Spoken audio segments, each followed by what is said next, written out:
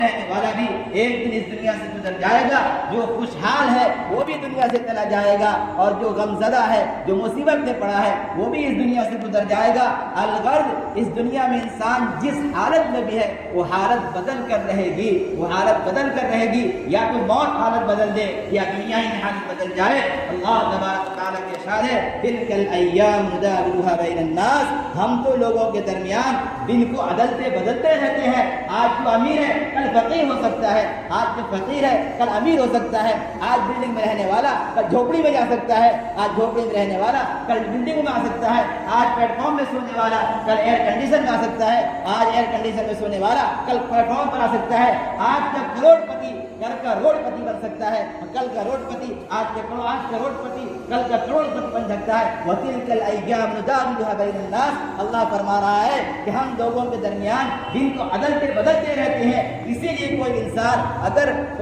اگر تنگی میں ہے تو اللہ کی رحمت سے نا امید نہ ہو، کوئی انسان اگر وسعت میں ہو تو یہ گمان نہ کرے کہ اللہ ہم سے راضی ہے، اسی لیے اللہ نے ہم کو دنیا دے رکھا ہے۔ اللہ کے نبی صلی اللہ علیہ وسلم کا ارشاد ہے اذا رأيت الله عز وجل يعطي العبد من الدنيا على معاصيه ما يحب فإنما هو استدراج، اللہ کے نبی صلی اللہ علیہ وسلم نے ارشاد فرمایا سنو جب تم کسی بندے کو دیکھو کہ اللہ تبارک و تعالیٰ اس کو گناہوں کے باوجود اس پر بے شمار نعمتیں برسا رہا ہے، دنیا بے شمار دی ہوئی ہے، اولاد بے شمار ہے، مال بے شمار ہے، سامان بے شمار ہے، دنیا کی آرام کی چیزیں اس کے اوپر بے شمار ہے، تو تم ہرگز یہ گمان نہ کرنا کہ اللہ اس سے راضی ہو گیا، بلکہ فإنما هو استدراج، وہ ڈھیل میں ہے، اللہ نے اس کو ڈھیل دے رکھا ہے۔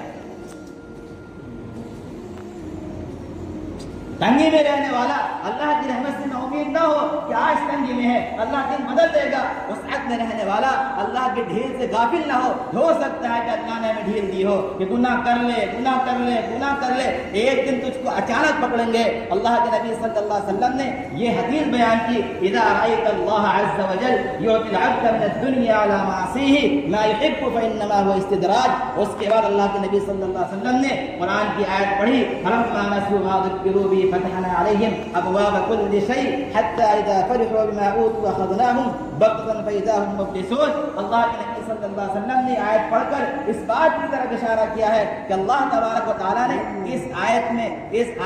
ایک قوم کا تذکرہ کیا ہے، ایک قوم کا اللہ نے تذکرہ کیا ہے، ایسا تذکرہ کہ اس قوم میں اللہ نے نبی کو بھیجا اور اس نے نصیحت کو قبول نہ کیا، اس قوم میں اللہ نے نبی کو بھیجا اس نے نصیحت کو قبول نہ کیا، اور جب قبول نہ کیا اللہ نے ان کو عذاب دیا، ان کے اوپر عذاب آیا، پھر بھی وہ اللہ کی طرف نہ جھکے اور اللہ سے اپنے گناہوں کی معافی نہ مانگی، پھر اللہ نے کیا کیا؟ اللہ نے کیا کہ ان کے اوپر آسمان کے دروازے کھول دیے، حتی فتحنا علیہم ابواب کل شیء، آسمان کے دروازے کھول دیے، ہر چیز کے دروازے کھول دیے۔ مفسرین کہتے ہیں آسمان کے دروازے کھولنے سے مراد اس کی اولاد زیادہ ہو گئی، رزق میں اضافہ ہو گیا، مال میں اضافہ ہو گیا، دنیا کی چیزوں میں ترقی ہو گئی، آسمان کے دروازے کھول دیے، یہاں تک کہ ہر خیر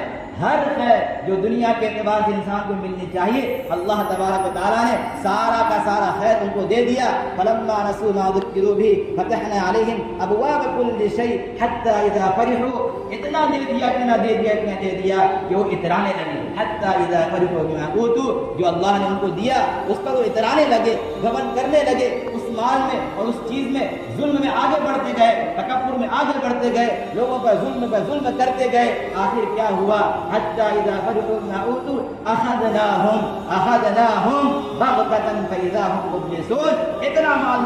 مال دیا، دنیا کی اتنی چیزیں دی ہے کہ وہ اپنے مال میں اترانے لگے، ظلم پر ظلم کرنے لگے، گناہ کو بڑھانے لگے۔ اللہ نے کہا کیا؟ اچانک ان کو پکڑا، اخذناهم بغتة، اچانک پکڑا ہے، فاذا هم مبلسون، اور متحیر ہے۔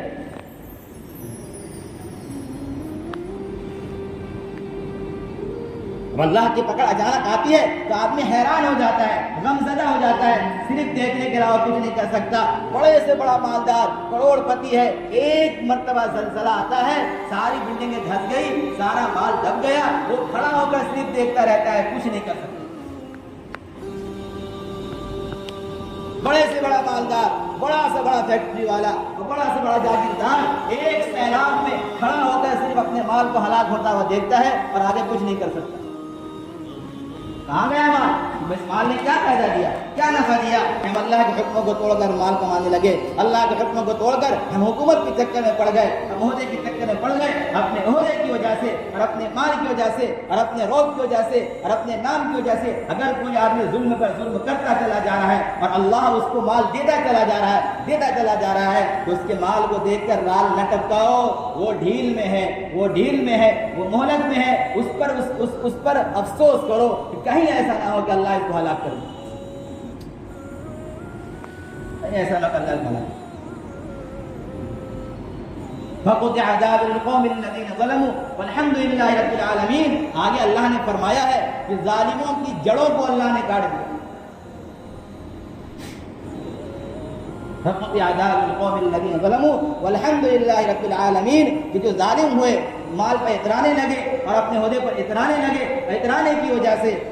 وجہ سے ظلم پر ظلم کرتے رہے، بڑھتے گئے، اللہ نے ہلاک کیا یہاں تک کہ ان کی جڑوں کو کاٹ دیا۔ علامہ قرطبی رحمۃ اللہ علیہ فرماتے ہیں کہ اس سے مراد یہ ہے کہ اللہ نے ان کی نسل تک کو ختم کر دیا، اللہ نے ان کی نسل کو بھی ختم کر دیا کہ ایک آدمی بھی صرف باقی نہ رہے، ایک آدمی باقی نہ رہے۔ اسی لیے حضرت حسن بصری رحمۃ اللہ علیہ فرماتے ہیں کہ اگر اللہ تبارک و تعالیٰ نے کسی کو دنیا دی ہوئی ہے، کسی کو وسعت دی ہے، تو اس بات سے وہ ڈرے کیا ہو سکتا ہے اللہ کی طرف سے ڈھیل ہو۔ اگر وہ ایسا نہیں کرتا وہ بہت بڑا بیوقوف ہے۔ اسی طرح وہ آدمی جس پر تنگی ہے اللہ کی طرف سے، وہ اللہ کی رحمت کی